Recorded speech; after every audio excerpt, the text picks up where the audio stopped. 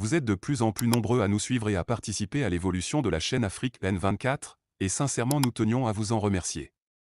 Nous lisons tous vos commentaires qui enrichissent le débat et vraiment nous vous demandons de nous soutenir, en aimant les vidéos pour une large diffusion, et pour continuer à avoir une ligne éditoriale indépendante, et vous proposer de nouvelles émissions toujours de plus en plus enrichissantes. Ne restons pas passifs, soyons actifs. Merci et à bientôt. Bonjour l'Afrique, bonjour le Togo, bonjour les amis.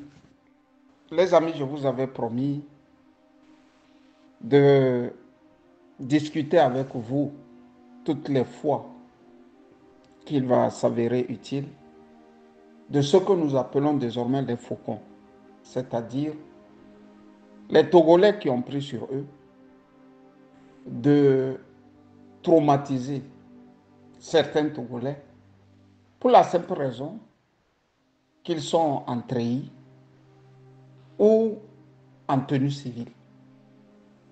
J'avais pris sur moi de vous décrire ce que c'est qu'un faucon. Un faucon, c'est quelqu'un qui veut voir le régime de Faure Gnassingbé vivre pour des centaines d'années. Et, en récompense, lui, il peut vivre avec sa famille dans une atmosphère certes délétère, mais enviable pour lui. Parce que lui, il a de quoi nourrir sa famille et plus loin, soigner sa famille. Le faucon au Togo est militaire parfois et civil aussi. Pour vous dire que la somme des deux est la dictature qu'ils soutiennent, vaille que vaille. Aujourd'hui, nous allons parler de la fabrique de ces faucons. Et pour paraphraser Rousseau, nous dirons que l'homme n'est bon et que c'est la société qui le corrompt, qui le pervertit. Christian Trimois est né bon. Mais la société togolaise, le pouvoir togolais l'a corrompu, l'a perverti. Je vais partir de deux exemples pour vous dessiner la fabrication des faucons. Le premier exemple est celui de Félix Kodjo-Sabo. Félix Kodjo-Sabo, vous le savez très bien, a été préfet au Togo, ministre de l'Intérieur et ambassadeur du Togo à Bruxelles. Félix Sabo va connaître un destin que seuls les gens peuvent avoir sous les dictatures. Simple professeur de son État, il est d'abord directeur du collège Tokoin Est ou Tokoin Nord. C'est selon. Félix Sabo a dans son collège une fille d'Adema qui est aussi son élève. À la fin de l'année, au bas du bulletin de Mademoiselle Gnassingbé, Félix Sabo écrit « Peut mieux faire si elle est bien encadrée. Peut mieux faire si elle est bien encadrée. » Et Adema, qui avait toujours l'avenir de ses enfants dans l'esprit, il paraît essayer de regarder les bulletins de chaque enfant scolarisé. Chacun de ses enfants scolarisés. Il va tomber sur ce bulletin d'une de ses filles qui dit peut mieux faire si elle est bien encadrée. Et Adema envoie chercher Félix Kodjo-Sagbo. Félix Kodjo-Sagbo arrive tremblant, puisque sous les dictatures, tu ne sais pas si c'est la dernière fois que tu vas voir le ciel. Heureusement, c'était pour lui confier la fille Gnassingbé en question.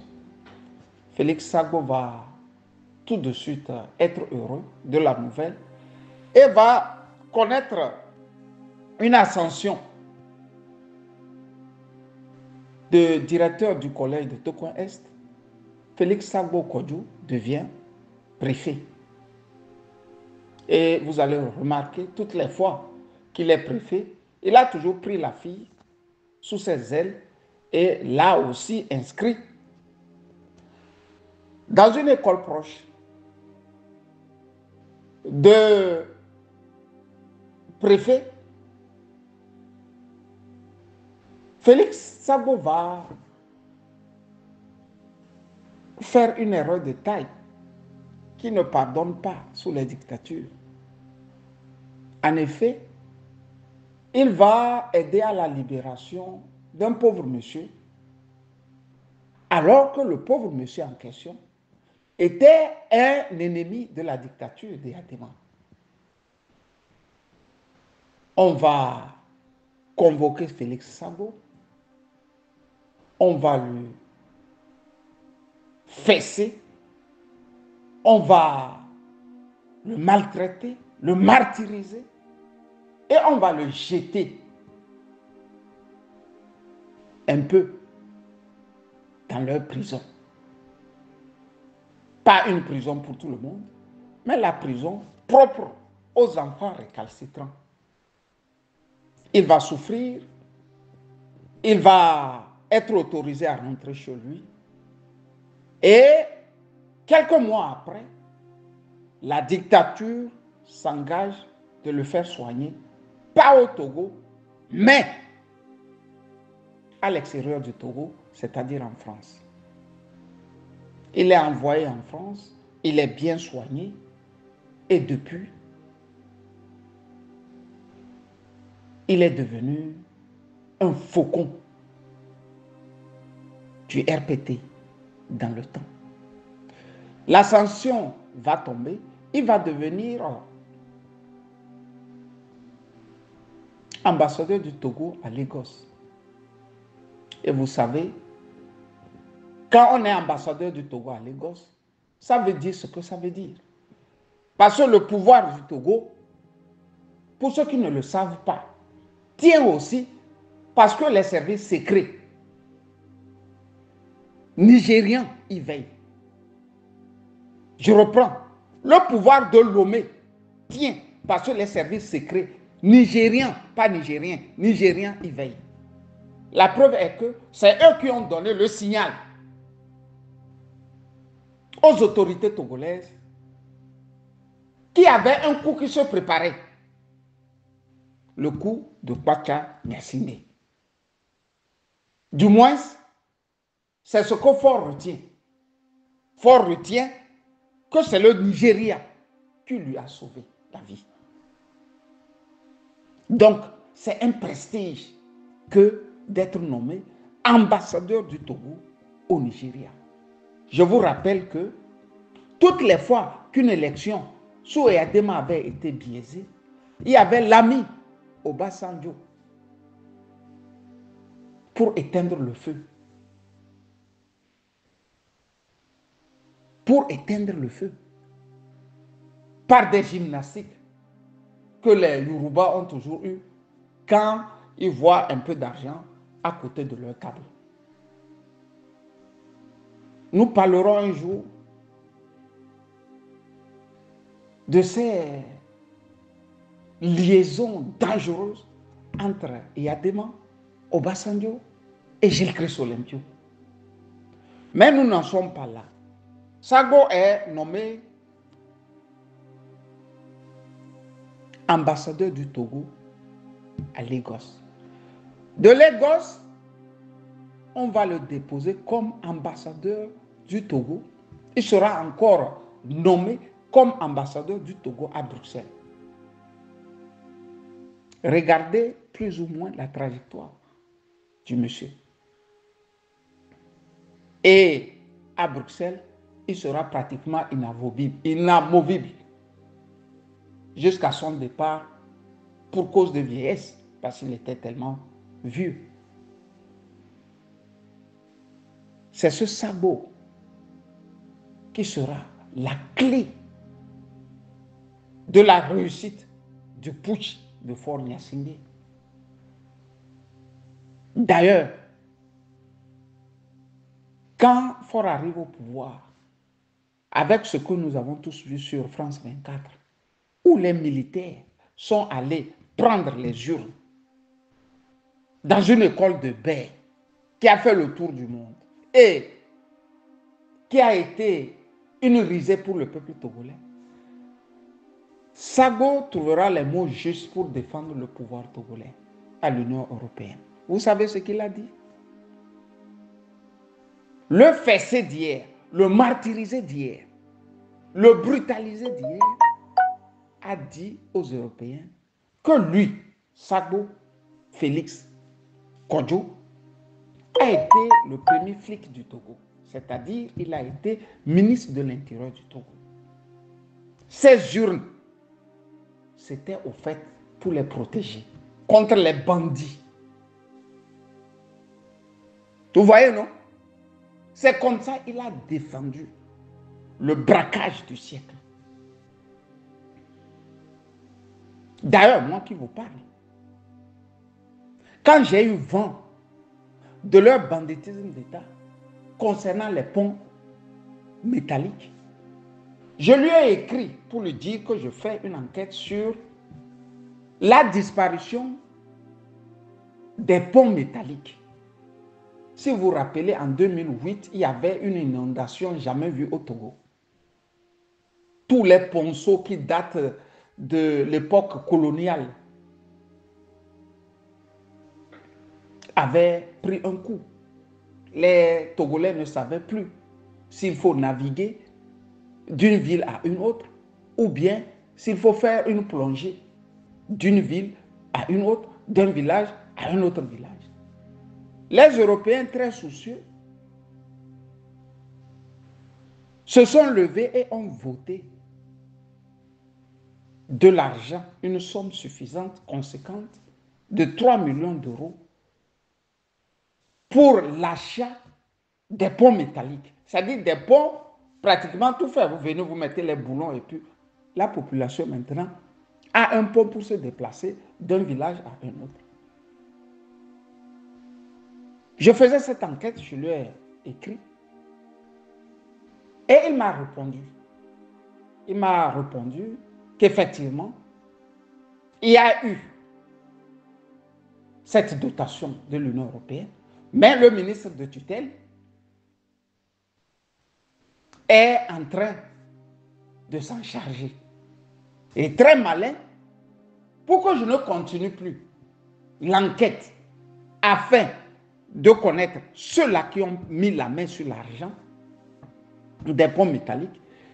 Il m'a fait téléphoner par une de ses nièces. Laquelle nièce m'a appelé, je vous reprends ces mots. Elle m'a même dit ça en Kotokoli. Madame, oncle. Mon cher, j'ai appris que tu as appelé mon oncle. Tu l'as écrit plutôt. Je dis non, je n'ai pas parlé directement avec lui, mais je lui ai écrit, il m'a répondu.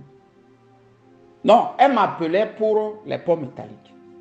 Les ponts métalliques seraient dans les conteneurs au port. La chose se passait en 2008. Moi, je le faisais en 2009 ou 2010, je crois. Et on me faisait savoir que les ponts sont dans les conteneurs au port autonome de Lomé. C'est là que j'ai compris qu'on ne pouvait pas changer ces gens. Et que Gilbert Bawara, qui avait des idées positives pour le Togo, ne pourra rien faire. Parce que Gilbert et moi, on parlait. Si vous vous rappelez, j'ai été la première personne à lui avoir accordé une interview dans laquelle il parlait de construire une diaspora digne de ce nom. L'interview avait été donnée par Togo Forum. Et c'était ma petite personne qui était le journaliste qui avait interviewé Gilbert Bawara, qui avait des idées vraiment novatrices pour le Togo. C'est à cause de ces ponts-là, j'ai pris souvent d'écrire à mon ami Gilbert Bawara pour lui dire de quitter Fort Gnassingbé. Et avant de vous laisser ces lignes, j'ai d'abord relu mon mail que je lui avais adressé. Je lui ai dit, Gilbert, il faut les quitter. Parce que ce n'est pas toi qui as besoin de Fort Gnassingbé. C'est Fort Gnassingbé qui a besoin de ton intelligence. C'était mes mots. Il faut les quitter. Parce que je savais que c'était un club qui allait bientôt mettre le braquet sur le Togo. Je ne me suis pas trompé. Vous voyez très bien que les Togolais n'ont jamais reçu leur pont métallique. Ils n'ont jamais eu ni les ponts métalliques, moins encore l'argent de dotation. 3 millions d'euros, ça fait la somme que Laurent Gbagbo avait remis à Jacques Chirac. 2 milliards de francs CFA. Que les gens se sont partagés et dont nous listerons un matin les noms. Parce que c'est tout un pays qui a été volé. Et il faut des gens aussi courageux pour lister les noms de ceux-là qui se sont partagés les 2 milliards des ponts métalliques, dont de l'Union européenne au Togo. Les amis, nous allons parler du deuxième cas, celui de Christian Trimois. On vous a toujours dit qu'il y avait un groupe de Franco, le groupe de Franco, l'un des meilleurs guitaristes que le Congo ait connu, qui a chanté Mario, repris par Fally Ipupa. Franco avait un groupe qu'il appelait le Hockey Jazz. Et avant le concert, ils avaient une phrase qu'ils prononçaient. C'était pratiquement devenu leur phrase fétiche. On entre ici, OK, et on ressort KO. C'est-à-dire l'ambiance qu'ils vont vous donner va vous mettre sens dessus dessous. Tout le monde était content de rentrer OK et de ressortir KO. Je pourrais dire que la dictature togolaise est aussi ainsi. Sauf que celle-là, elle détruit pratiquement les âmes. C'est pour ça que j'avais dit la fois dernière dans l'une de mes sorties qu'il y a un démon qui habite Christian Trimois. Et je vais vous le prouver aujourd'hui. Je vais vous le prouver par un texte qu'un officier togolais m'a envoyé. J'ai voulu dire aux militaires togolais, aux officiers togolais, que c'est un des leurs qui nous aide à faire ce combat. N'ayez pas peur. Si ce n'est pas fort qui vous tue, c'est le bon Dieu même qui va vous tuer. Aujourd'hui, c'est le 1er novembre. On ne meurt pas deux fois. Si Fort Gnassingbé ne vous a pas eu, le bon Dieu vous aura. Donc, il faut faire du bien, comme cet officier qui a pris sur lui et qui m'a dit, Camus, on ne peut pas te laisser seul. Je vais t'envoyer des infos qui seront utiles pour la suite de ce combat. Je voudrais vous parler de comment Trimois est rentré au quai et maintenant va ressortir de la dictature chaos un matin. Voici ce que l'officier écrit. Bonjour Ali, des infos qui vous seront utiles. Il parle de Trimois. Trimois en Kabylie de Farandé, préfecture de la Bina, se prononce comme ceci. Trimois. Je reprends. Trimois en Kabylie de Farandé, préfecture de la Bina, se prononce comme ceci. Trimois. Trimois. T-I-M-O-U-W-A. C'est un personnage qui a pour parents des pasteurs évangéliques affectés dans le canton de Pia, village natal d'Enyasingé. En 1991, il était en classe de première au lycée de Pia, étant donné que cette année était marquée par des troubles sociopolitiques et que les élèves dans presque toutes les préfectures étaient constamment à la maison à cause des grèves répétitives des enseignants. Dans le canton de Pia, tout allait normalement.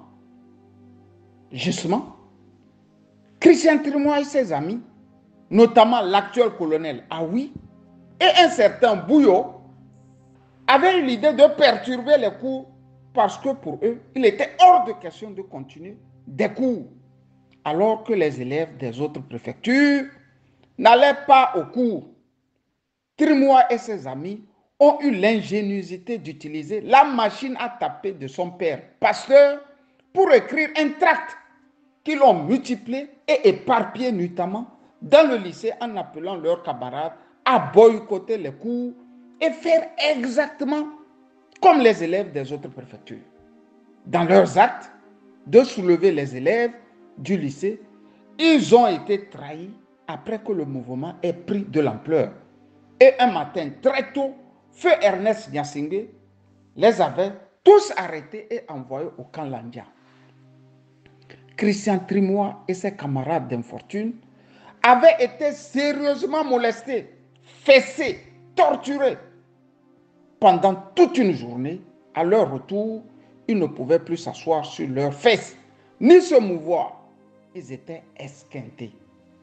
À l'université de Poitiers, Christian Trimois fut un étudiant vent debout contre le régime des Nyasingé.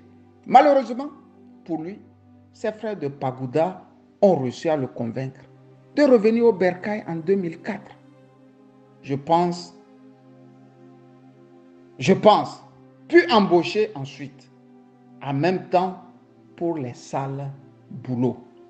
J'ai voulu ici, si vous me permettez bien, lire ce texte que je peux retrouver dans ma bibliothèque de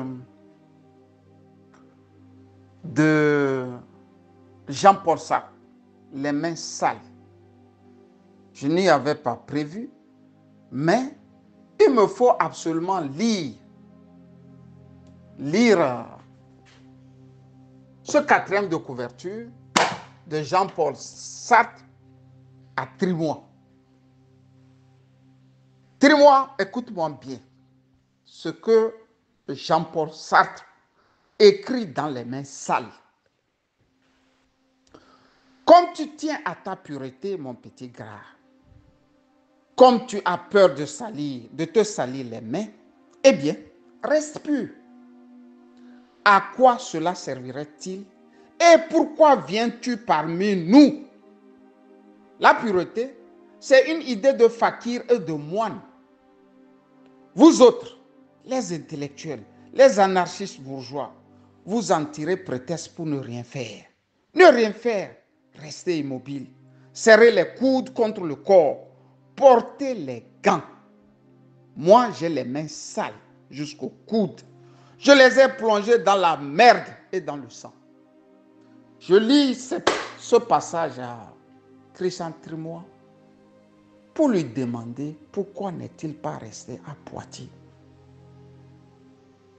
Pourquoi n'est-il pas resté à Poitiers?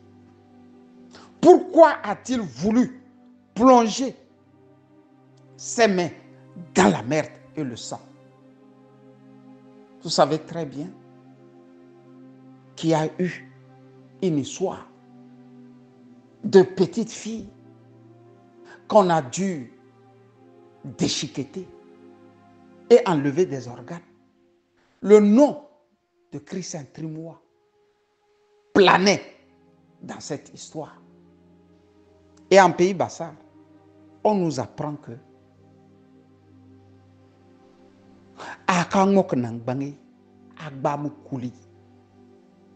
vous savez très bien, il y a un petit morceau, et quand on tue une chèvre ou, comment dirais-je, un mouton, et qu'on a fait fumer d'abord la peau, vous voyez qu'il reste encore des poils là. Quand on te sert ce morceau de viande, quand tu défèques, dans la plupart des cas, on retrouve un petit poil là, dans tes cacas.